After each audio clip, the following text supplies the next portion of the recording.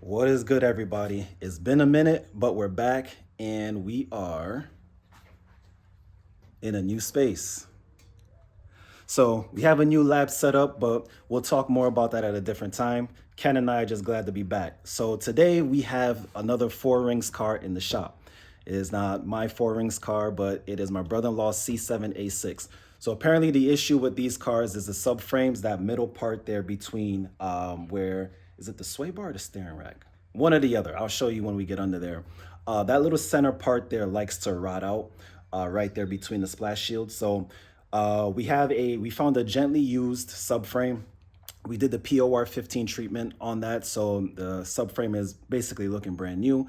We'll show you some footage of that as well. But we have the car on the lift, so we'll point you over and we'll talk about the particulars.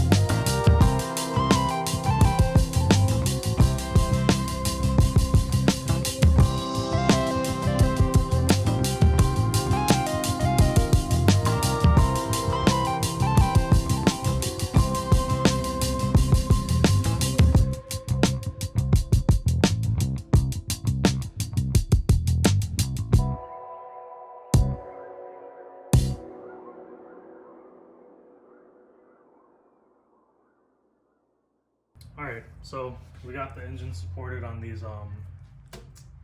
these chains and this engine support brace. I believe we got this from Jegs, but Shout out Jegs. it's a pretty universal setup, so I like that they put engine mount point or lift mount points on every every corner of the top of the motor here. So we just got some bolts at the hardware store, some bolts and nuts, nothing special, because we are leaving the snub mount in place and we are leaving the transmission mount in place. So for the most part, even though we are dropping the subframe, it still should have some support, so we're not looking to do anything crazy. Yeah, it was a pretty easy setup. We aren't actually sitting in the best places on the fenders, but there's not really a lot of good points that this universal setup can sit on, so we do have it on a mounting point there, and we try to not squeeze this little layer here. I'm not sure if you guys can see that. There's a little raised layer right here. We don't want to squeeze that and make it look, you know, messy. So everything is pretty rigid. It's a pretty nice setup. These chains are nice and tight. And like I said, it's still being supported in the front and supported in the back, so we should be pretty good. All right, So got the splash shields out on both sides. So this is the driver's side here, but got the splash guard fully out. And we have the underbelly tray fully off. And yeah, you already got kind of a shot of what we're working with, but let's give you a better undercarriage shot. All right, so that is the front, and then there's the oil pan. A little bit behind that is the sway bar, and right behind there is part of the subframe that is completely rotted out. Then behind that is the steering rack, and then it's the whole rest of it. This just comes off. We don't have to actually do anything like replace that because that's in good shape, but it seems like all the damage is right there on that piece. So suspension arms got to get disconnected right here, and the subframe actually starts up here and goes all the way back to there. So pretty much everything on the bottom gets disconnected, not quite taken off, but we'll post in the description a manual that you guys can follow. It's really not that bad, it's just a lot of bolts. While the coolant is finishing draining, we've done a lot of work in between. All right, so we got the battery cable unplugged from the passenger side of the subframe. We have creatively tied up the spindle so that, and then we have also, sneak you all in here, sorry for the awkwardness, but we have also taken out the lower control arm, sorry for the bad shot. This right here is the motor mount. We unplugged that from both sides. All right, let's see. All right, as you see, that's a connector for the motor mount right there. You will also see that we also remove the sway bar. All right, so we're getting there. We're getting close. We're getting close. So we have here the full steering rack is out. So we have the full steering rack out. We have the motor mount bolts here. Ken is still under there. I think we're at the point where we're ready to go out with the old. And we got old girl here ready to go in. So we're gonna go in, we're gonna drop the subframe, and just get going. So for this lower arm that's attached to the shock, I just unbolted it from here, and we're gonna be super careful not to pull the CV shaft out of its socket, but we're just gonna kind of spread it and take it down one side at a time, hopefully, is the plan. And this rear arm is disconnected from the actual spindle over here. So we kind of got them disconnected in opposite places. This one is gonna stay with the spindle because I don't feel like taking the shock bolt off and dealing with this joint here. And this one we're gonna take off with the subframe and just swap it over to the new subframe. All right, subframe's out, it's on the table. As you can see, we left the two rear arms still attached. Made it a little bit precarious to get out, but not too bad. Sometimes it actually helped because it kind of held it up a little bit for us. These little, they're like aluminum sheet or something. They kind of cup the other side of the motor mount. This is upside down, so this is actually the bottom. The engine would be here, and the motor mounts slip in between this sheet and the subframe on both sides. I had to loosen the passenger side a little bit just to get it to freely slide out, and we managed to pry the driver's side out without loosening it because there's like a cooler that's really up against the face of these triple squares. Another thing to watch out for is this line that comes off with the subframe. The motor mount harness actually goes through it, so you have to unbolt this one triple square on the side just to relieve this pipe a little bit, just to get some space to get the wire harness out of it. Or when you drop the subframe, you'll pull the harness and rip it off. That's about it. Anything I'm forgetting? Not really. How do you overall rate this one? If it wasn't for these motor mounts, having this weird pinch system here with the nut on the other side, this would have been super easy. But because it was our first time, this kind of tripped us up a little bit. We really didn't want to stress out the mounts too much. And we just had to be super sure that this wasn't attached to the mount in any other way that we couldn't see, and it wasn't. Yeah. Now, all this rust in the middle of the subframe here, flexible. Flexible. Let me see if I can lift this so you can see it.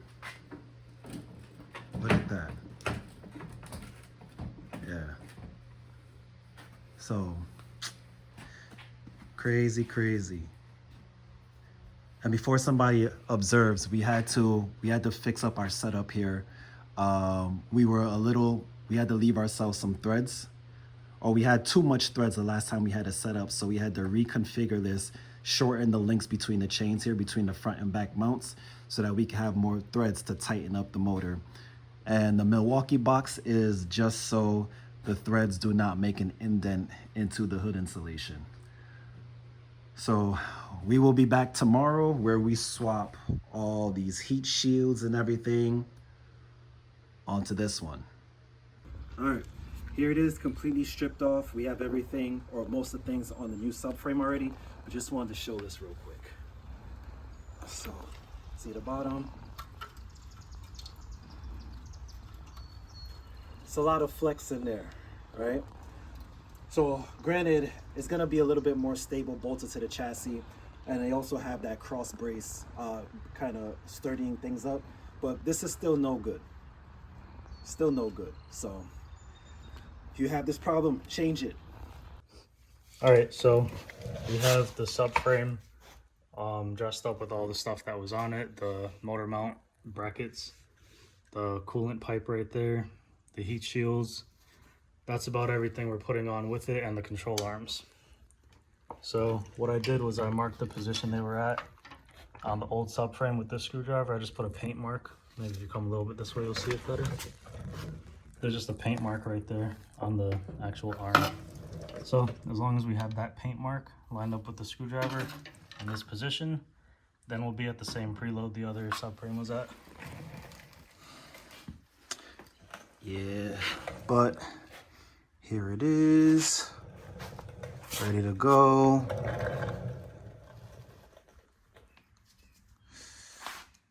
All right, back in she goes. All right, y'all, here it is. This is about 90% done. We just got to put the cross brace back in. But yeah, this, honestly, it's tedious, but it wasn't that bad.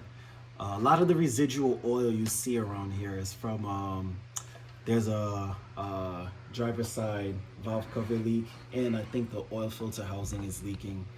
One error that we made before was we showed unbolting the transcooler here, or what I'm assuming is a transcooler, but really we meant to point to the actual oil cooler, Farther up, which is farther up.